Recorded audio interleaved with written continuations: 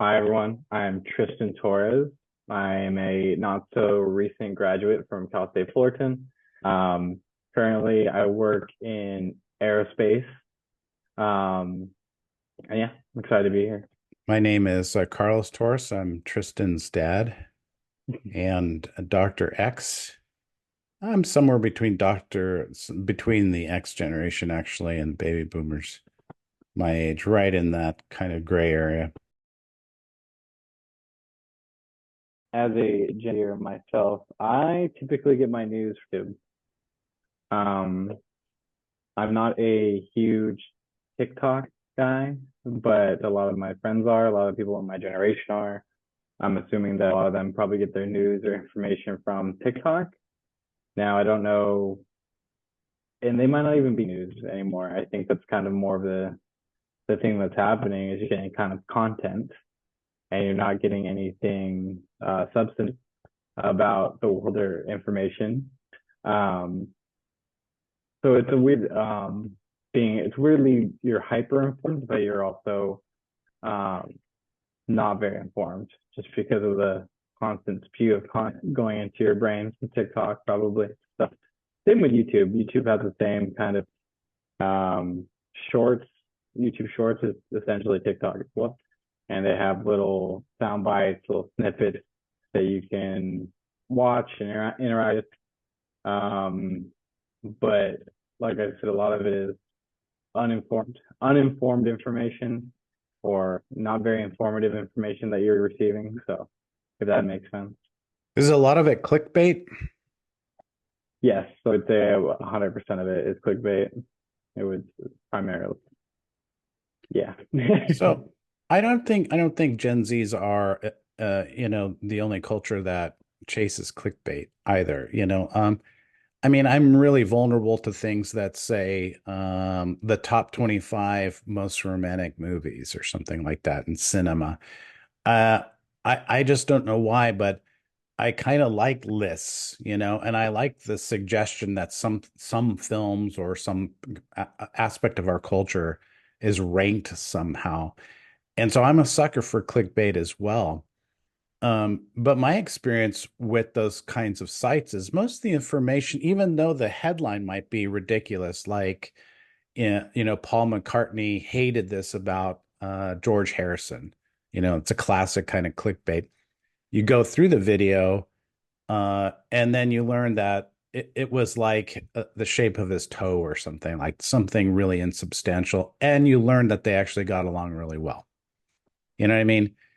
So the information, I find the information is mostly innocuous, a little misleading, but mostly true, as far as my impression is.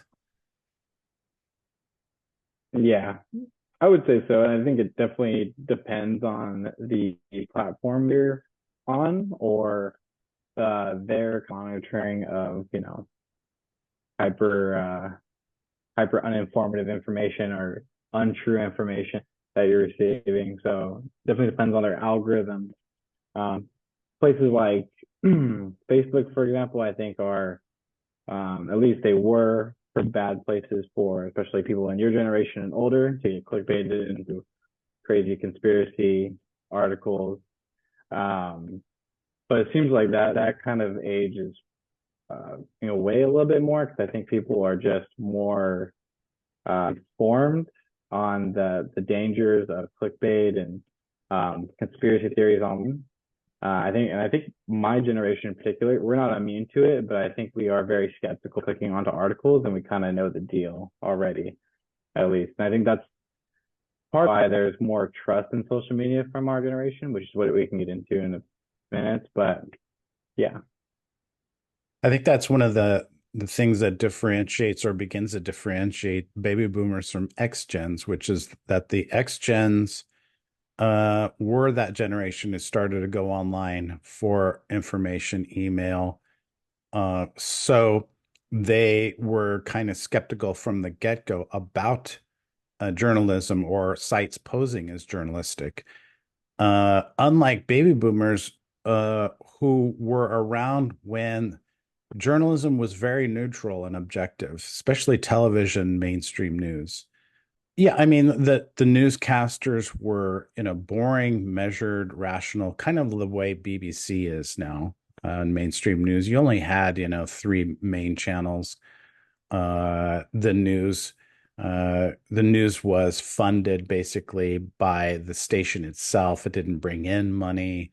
It was a very different news when I was young. When I, when I was a younger person as a Gen Z, I didn't give a damn about the news, really. It wasn't in my everyday consciousness to look up news and see what was going on. It was just kind of things I filtered, I was busy enjoying life essentially.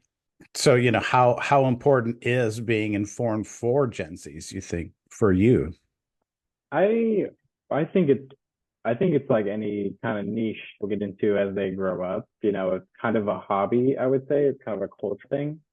Um, it's not, it's like, I think following, political pundits and keeping up with the news is definitely more of a hobby kind of a atmosphere, and it's kind of a social thing. So if your friends are into that, you do that. If that's what you're into, it's kind of like I've been really into Game of Thrones lately, as my girlfriend can tell you, and like I've been really on that social. I've been binging it. I'm sure um, news and information like that's more, I would say, serious. It's also something. It's a niche that people fall into for sure. I wouldn't say Well, it's yeah, like it's like everybody, it's part of your cultural identity, things you emphasize about your identity, certainly. Yeah. So maybe just speaking personally, I go through phases of wanting to be very informed and, you know, get a lot of good information is substantive. But I think that I go through phases of just not being very into that or getting over it or burning out on it a little bit. So, um, and then comes the Game of Thrones binges, so, or something like that. Yeah. When I first learned that people were getting their news from social media, a lot of people were getting in fact, most people get their news from social media now. My first reaction was, there's news on social media.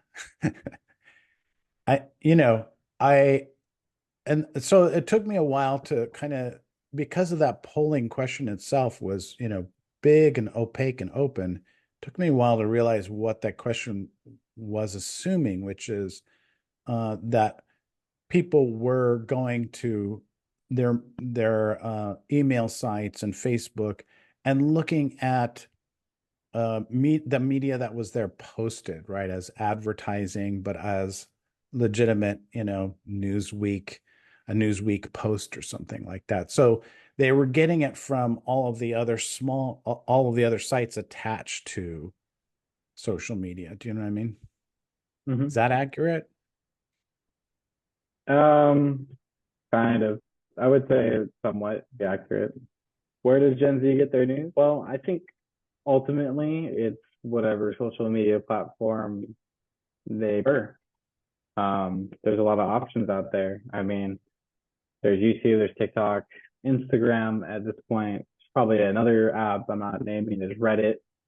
Um, I think overall there's a menagerie of social media platforms that are readily available, and there's traditional media. So there's a lot of options now, and I think it suits whatever niche you're in that you would like to consume or your preference. So I don't think social media is something that going away anytime soon. I think, at least from my perspective, it doesn't seem like it. I think it's pretty much to stay. Now, does our taste change over time, and does another social media pop up that's more reliable? Probably. Um, but yeah, I think ultimately we'll be on this social media information kick for probably forever. So yeah. Mm-hmm.